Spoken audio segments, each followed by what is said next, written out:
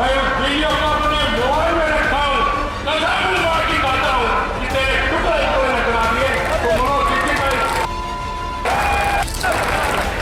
Photo से टुकड़े टुकड़े न करा दिए।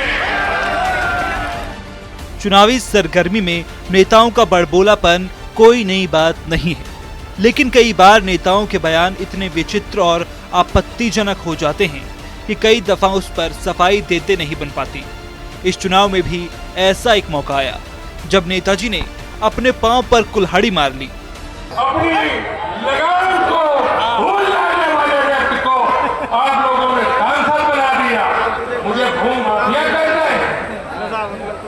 अरे अगर हम देव भाई फिर एक हो जाए तो तुम्हारी तो शकल नहीं देखने मिले। हमारे भाइयों ने तुमको खोया। मुझे सुख इस बात का है कि आज एक मां के 6 लड़के और बाबा की गाली सुन रहे हो।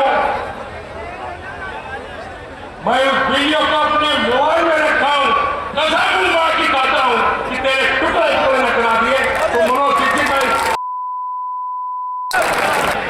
फोटो से टुकड़े टुकड़े न करा दिए।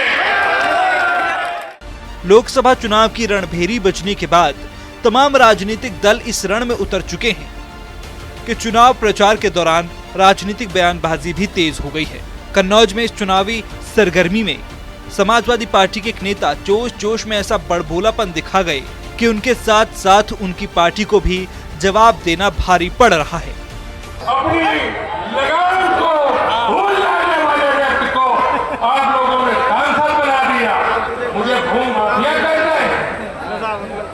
अरे अगर हम देव भाई फिर एक हो जाए तो तुम्हारी तो शकल नहीं देखने मिले। हमारे भाइयों ने तुमको खोया। मुझे सुख इस बात का है कि आज एक मां के 6 लड़के और बाबा की गाली सुन रहे हो।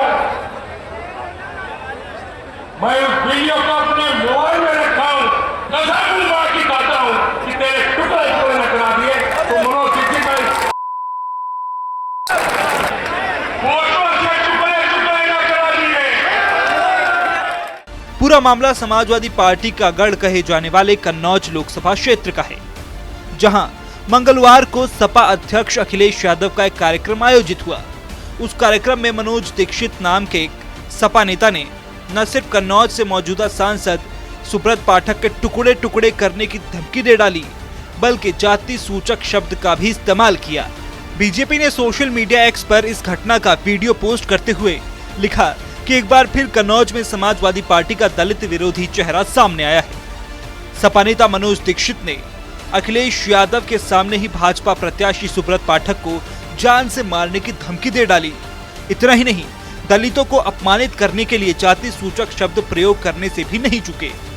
वहीं इस मामले में सपा नेता मनोज दीक्षित के खिलाफ मामला दर्ज कर लिया गया है, जबकि कन्नौज से बीजेपी सांसद सुब्रत पाठक ने मामले को लेकर अखिलेश यादव को भी घेरते हुए उनके खिलाफ भी केस दर्ज करने की मांग की है।